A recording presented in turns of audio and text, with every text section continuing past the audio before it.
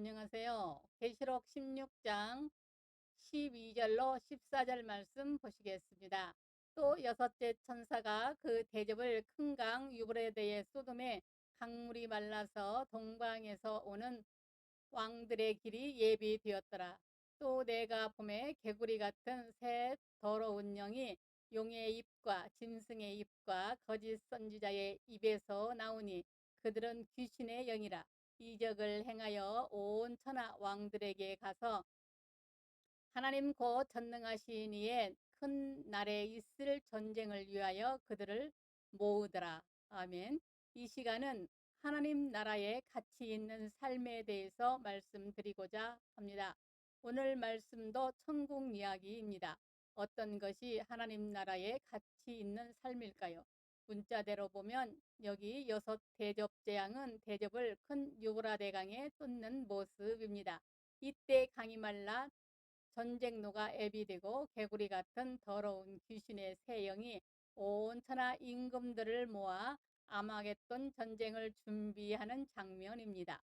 여기에 대한 견해에는 동서양의 군대가 충돌, 이스완댐 건설로 인한 전쟁, 적그리스도의 세력의 교회 공격, 어린 양의 군대 대적할 적그리스도의 군대, 종말에 나타날 최후의 전쟁으로 하나님의 백성을 치러오는 원방의 모든 세력 등의 설이 있지만 역사적 관점에서는 아직도 확실한 이해가 많으므로 참고만 하고 계시록의 본질대로 복음의 신령한 관점에서 말씀드리고자 합니다.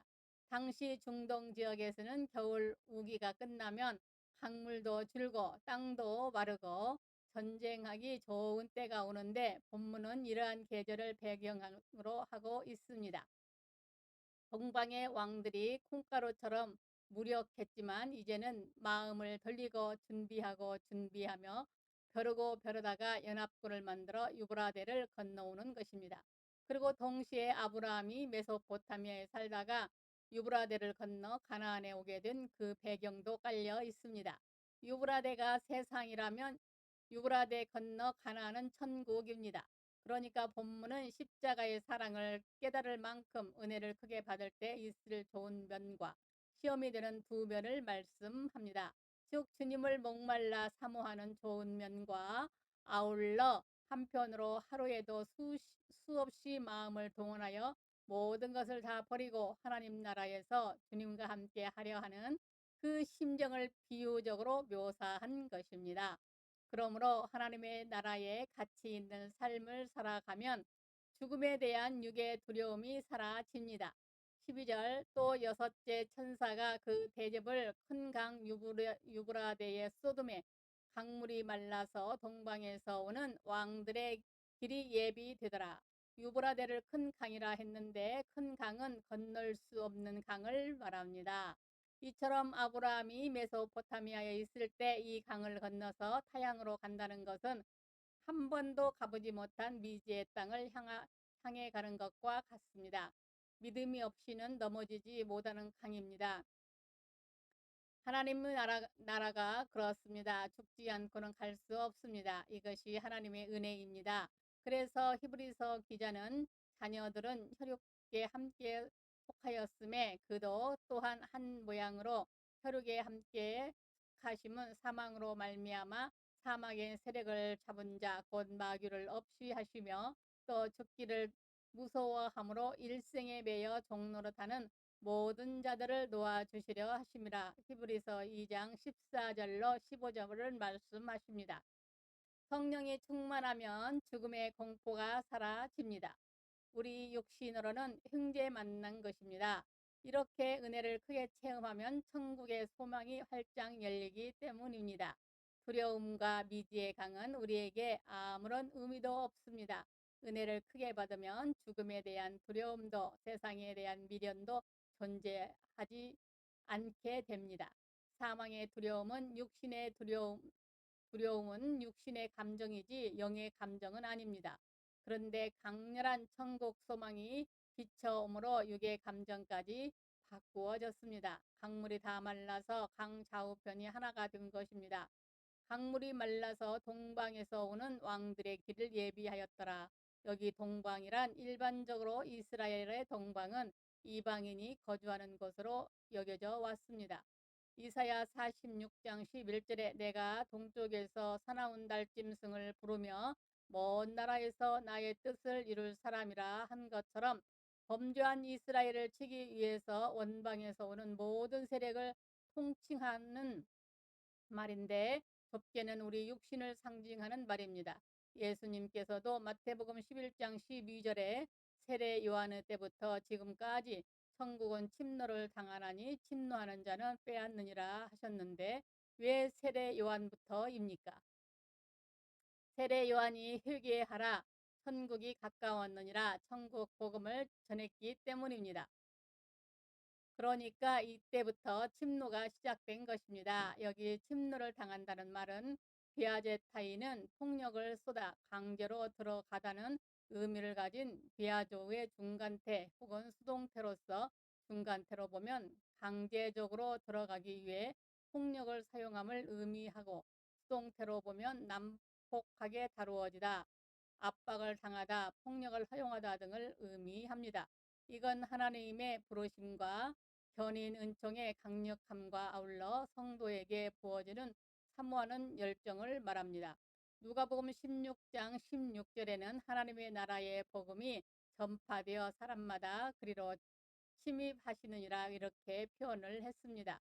이런 긍정적인 면과 아울러 천국 소망이 임하면 육도 지나치게 펼쳐 세상에 손을 놓거나 건전하지 못한 사이비 종말론이라든지 신비주의에 심취되거나 사탄이 더 깊이 침투하면 집단 자살 등 이를 그르치는 방향으로 나아갈 수 있는데 그런 소동이어서는 안 된다는 말입니다. 우리는 신비는 믿지만 신비주의에 배척합니다.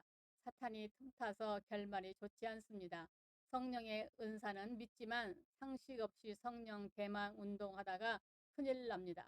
은혜를 크게 체험해도 이렇게 육신이 덩달아서 날뛰기 때문에 체험이 깊어질수록 더욱 진리에 서야 합니다.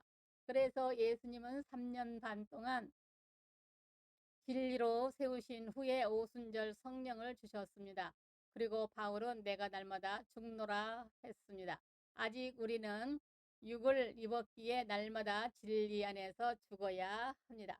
그러니까 천국 소망이 생기면 육신이 생각들로 덩달아 나서려고 합니다.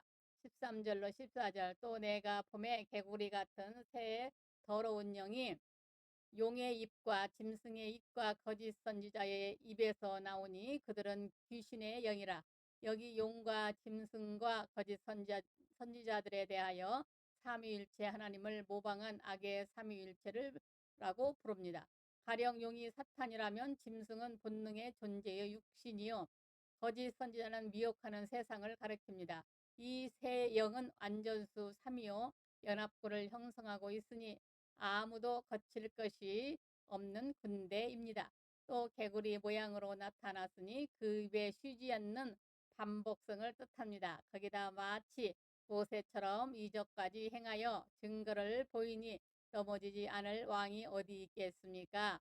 앞에서 말한 대로 천국에 대한 육신의 반응이 이와 같습니다. 은혜 받지 못했을 때는 천국에 무관심하거나 죽음이 두려워 거부합니다. 그러나 은혜를 더 깊이 체험한 후에는 달라집니다. 육신이 더 좋아 흥분한단 말입니다. 그러니까 육신은 은혜 받지 못해도 방해물이요 은혜를 받아도 시험을 주는 방해물입니다. 그런데 이 구절에서 놓쳐서는 안 될 것은 미혹에 뛰어난 개구리 같은 새 영이 등장했다는 것 무엇을 의미합니까? 즉 개구리 같은 새 영이 이렇게 그들을 미혹해야만 한 이유가 있습니다. 그것은 그만큼 동방의 왕들이 동맹을 맺기를 저주하고 그 강에 넘어 침략함을 저주함을 암시하고 있습니다. 그들의 마음은 약하고 늘 분산되어 하나 되지 못했습니다. 이처럼 죽음의 너머를 생각하고 인간의 마음은 항상 약하고 더럽고 불안했습니다. 아무리 내세에 대한 소망이 있어도 육신적인 마음은 죽음을 달갑지 않게 생각을 했습니다. 그러나 우리 심령이 천국의 소망으로 넘치게 되면 이미 말씀한 대로 육신은 달라집니다. 마치 변화산에서 여기 조사원이 초막셋을 짓고 함께 살자던 베드로와 같아집니다. 그래서 세상에 충실하지 못하고 은혜에 심취하거나 세상을 떠나려고만 하면 비현실적인 사단의 미혹을 받게 됩니다. 이렇게 보면 믿음 좋은 것 같지만 대단히 비정상적인 삶이 되고 맙니다. 그래서 드디어 전에는 상상할 수 없었던 일이 벌어집니다. 즉 주권자인 나의 온 마음을 포섭하여 죽음의 강을 건너 주님과 따로 거하고자 하는 심정으로 나아갑니다. 이것을 바울도 경험했지만 그러나 바울은 달랐습니다.